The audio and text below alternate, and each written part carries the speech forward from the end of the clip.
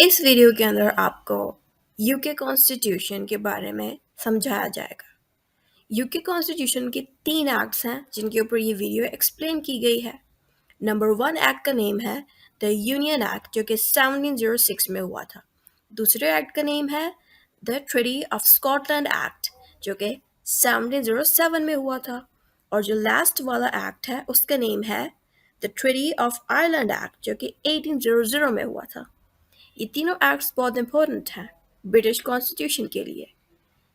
इन तीनों एक्ट्स पे आपको लॉन्ग क्वेश्चन भी आ सकता है या आपको शॉर्ट क्वेश्चन भी आ सकता है। आपको एग्ज़ाम पेपर में इन तीनों में से किसी भी एक एक्ट के ऊपर क्वेश्चन आ सकता है, इसीलिए आप ये पूरी वीडियो देखें जिससे आपको तीनों एक्ट्स की डिफरेंसेस भी समझ आ जाएं और इनकी इम्पोर्टेंस भी समझ आ जाए। तो चलें अब वीडियो शुरू करते हैं। ट्रीटी ऑफ यूनियन का टॉपिक है ये। असल में जो ट्रीटी ऑफ यूनियन है 1706 का, act of union with Scotland है, act of union with Ireland, ये सारी एक ही टॉपिक है लेकिन अलग अलग सालों में ये इवेंट्स हुए थे। अब ये है कि हम आगे इसकी जब इसका इंट्रोडक्शन पढ़ेंगे, चीज़ें पढ़ेंगे तो आपको खुद पता चल जाएगा कि ये तीनों एक्ट्स एक जैसे हैं। ठीक हो गया। अब ट्रीटी ऑफ यूनियन है क्या? ये ट्रीटी ऑफ यूनियन के ऊपर स्कॉटलैंड और आयरलैंड की कंट्रीज़ भी ऐड हुई थी। सही हो गया।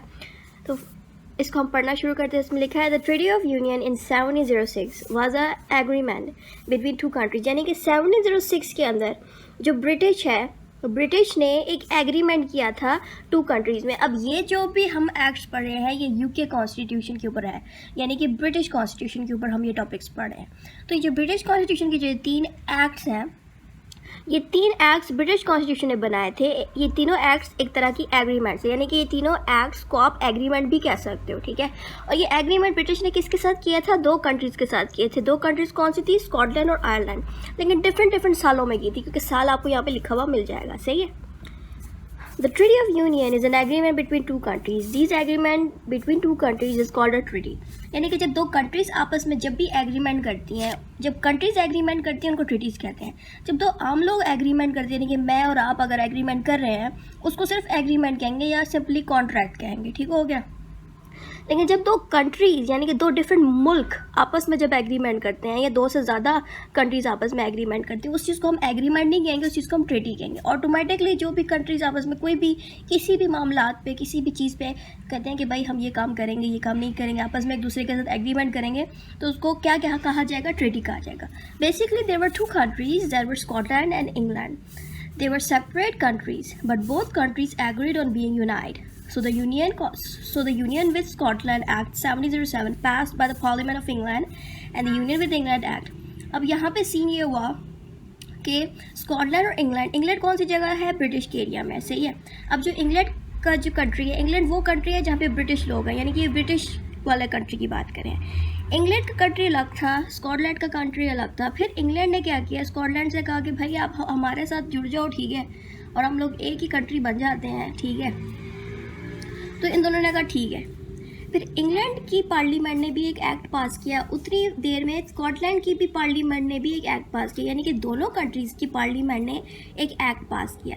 अब उन्हीं एक्ट्स के बारे में यहाँ लिखा हुआ है कि so the union with Scotland act 1707 was pass by parliament of England, यानी कि इंग्लैंड ने स्कॉटलैंड के लिए एक्ट बनाया और and the union with England was pass by parliament of Scotland, और जो स्कॉटलैंड है उसने इंग्लैंड के लिए एक एक्ट बनाया। यानी कि वो दोनों कंट्रीज़ ये एक्ट्स इसलिए बना रहे थे ताकि एक दूसरे के साथ एग्रीमेंट किया जाए।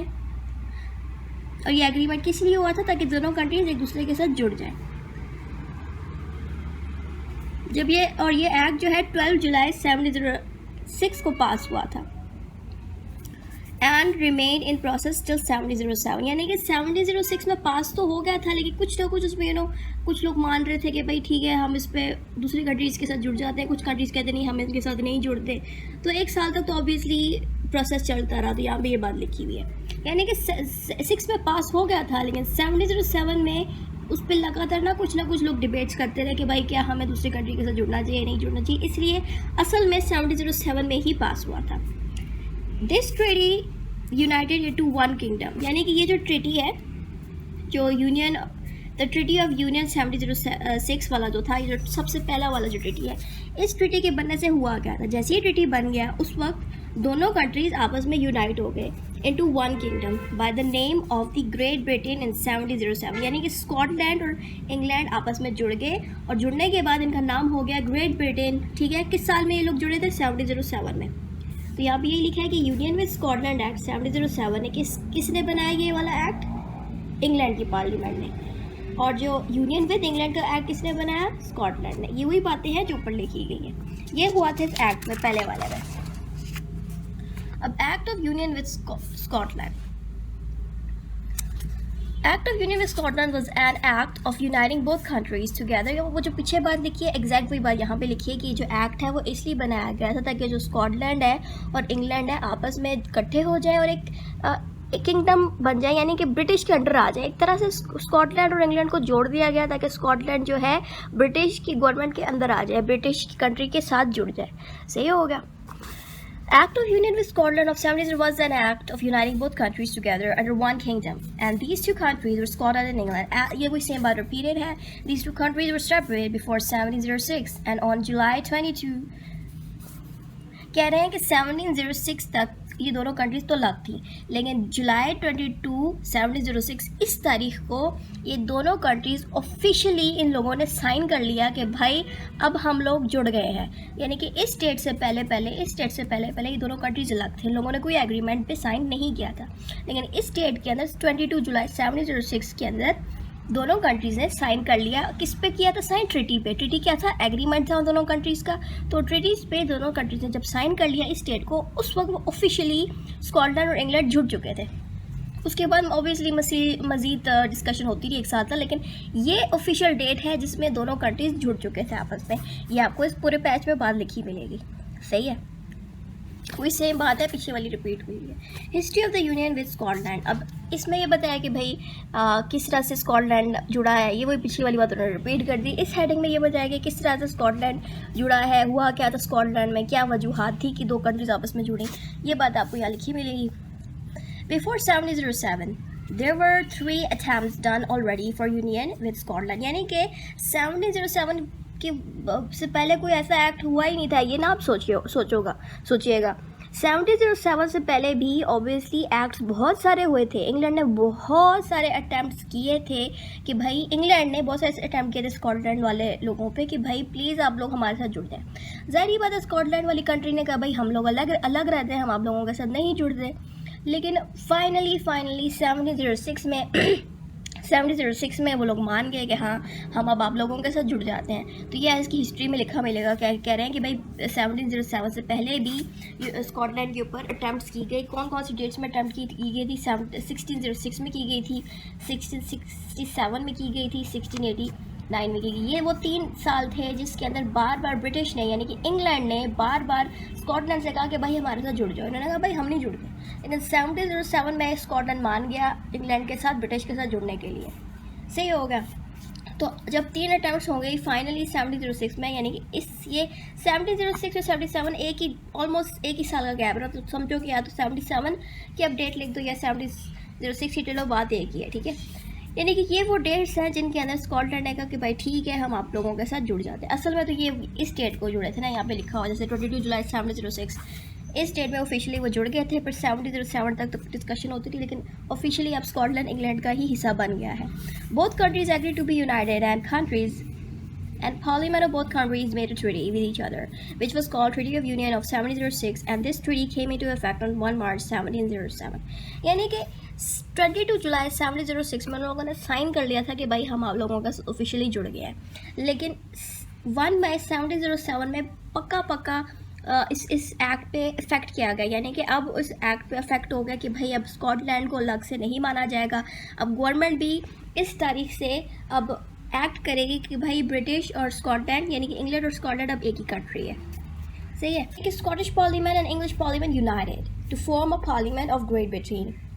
अब स्कॉटिश पार्लियामेंट और इंग्लिश पार्लियामेंट को अब अलग नहीं माना जाएगा, इस डेट के बाद से साइन कर दिया था 1 मई 1707 पे इफेक्ट हो गया था कि भाई पहले तो उन्होंने साइन किया ना 22 इस तारीख को, उसके बाद इस तारीख को जब अफेक्ट किया गया इस एक्ट पे कि इस एक्ट पे अमल किया जाए, जैसे इस एक्ट पे अमल किया गया तो स्कॉटिश पार्लियामेंट और इंग्लिश पार्लियामेंट यूनाइट होगी और ये दोनों जो यूनाइट होकर बन गई पार्लियामेंट ऑफ ग्रेट ब्रिटेन बन गई। और ये पार्लियामेंट ऑफ ग्रेट ब्रिटेन की लोकेशन कहाँ है? Palace of Westminster in London. उसके बाद ये जो लोकेशन है, ये लोकेशन जो है आपको लंदन में मिलेगी पार्लियामेंट की, और इस पार्लियामेंट को ग्रेट ब्रिटेन की जगह आप इंग्लिश पार्लियामेंट भी कह सकते हो। तो इस एक्ट यानी कि स्कॉटलैंड वाले एक्ट ने क्या किया कि एक पार्लियामेंट बना दी, सही है, जो कि लंदन में मौजूद है और वो दोनों कंट्रीज़ यानी कि स्कॉटलैंड और इंग्लैंड दोनों को डील करती है। अब यहाँ पे ऑब्वियसली आप देखोगे कि इसके अंदर आपको इस साइड पे स्कॉटलैंड का फ्लैग नज़र आएगा, इस साइड पे इंग्लैंड का फ्लैग आएगा। ये एग्रीमेंट होने से पहले के फ्लैग्स से जब एग्रीमेंट हो गया दोनों कंट्रीज़ के बाद, फिर उसके बाद क्या हुआ कि स्कॉटलैंड और ये दोनों आपस में जुड़ गए, तो इस तरह का फ्लैग बन गया और इस फ्लैग का नाम था द ओल्ड यूनियन फ्लैग। सही हो गया, यानी कि स्कॉटलैंड और इंग्लैंड जैसे ही जुड़ गया तो इस तरह का फ्लैग बन गया जिसका नाम अब हो गया ओल्ड यूनियन फ्लैग। सही हो गया। और ये जो फ्लैग बना था ये 1707 के अंदर जो एक्ट हुआ था, जो पीछे पढ़ाती रही हूँ, उसकी वजह से ये इस तरह का फ्लैग अब बन गया। अब आप देखोगे तो स्कॉटलैंड के ऊपर ये फ्लैग नहीं लगा होगा, ना ही इंग्लैंड पे ये लगा होगा। अब स्कॉटलैंड और इंग्लैंड दोनों पे ये फ्लैग लगा होगा, ये बताने के लिए कि ये दोनों कंट्रीज आपस में जुड़ गई हैं। अब हम तीसरे एक्ट पे आते हैं, लास्ट वाले। अब दूसरा आखिरी एक्ट है आयरलैंड वाला। अब स्कॉटलैंड इंग्लैंड जब जुड़ गए तो इंग्लैंड ने आयरलैंड वाली कंट्री से कहा, पहले तो इंग्लैंड ने स्कॉटलैंड को जोड़ा, फिर इंग्लैंड ने आयरलैंड वालों से कहा कि भाई आप लोग भी हमारे साथ जुड़ जाओ। फिर आयरलैंड ने 1808 में इंग्लैंड के साथ अपने कंट्री को जोड़ दिया। ये बात यहाँ पे आपको लिखी मिलेगी। इसके अंदर आपको एक फ्लैग की शक्ल में एक्सप्लेन करती हूँ कि ये आयरलैंड का फ्लैग था जुड़ने से पहले और ये था इंग्लैंड का फ्लैग। इसके अंदर ऑब्वियसली स्कॉटलैंड भी उस वक्त तक जुड़ चुका था और इंग्लैंड भी जुड़ चुका था। अब जब स्कॉटलैंड और इंग्लैंड का जो फ्लैग है ये वाला, ये जब आयरलैंड के साथ जुड़ेगा तो ये कुछ ऐसा बन जाएगा, सही है। अब इस वक्त आप देखोगे तो ब्रिटिश का जो फ्लैग है इस वक्त वो इस तरह का है। हमें ये फ्लैग हमें ये बता रहा है कि जो ब्रिटेन है, ब्रिटिश का जो कंट्री है, उसके अंदर अब आयरलैंड भी जुड़ गया है और स्कॉटलैंड भी जुड़ गया। यानी कि अब स्कॉटलैंड वाले भी और आयरलैंड वाले भी यही फ्लैग यूज़ करेंगे, ये बताने के लिए कि हम लोग अब ब्रिटिश की गवर्नमेंट के साथ इंग्लैंड के लोगों के साथ जुड़ चुके हैं। तो ये एक्ट इसलिए बहुत ज़रूरी है, इसको समझा दिया मैंने आपको बहुत अच्छे से। अगर आपको वीडियो अच्छी लगी तो इस वीडियो पर लाइक कर दें और साथ में चैनल को सब्सक्राइब कर दें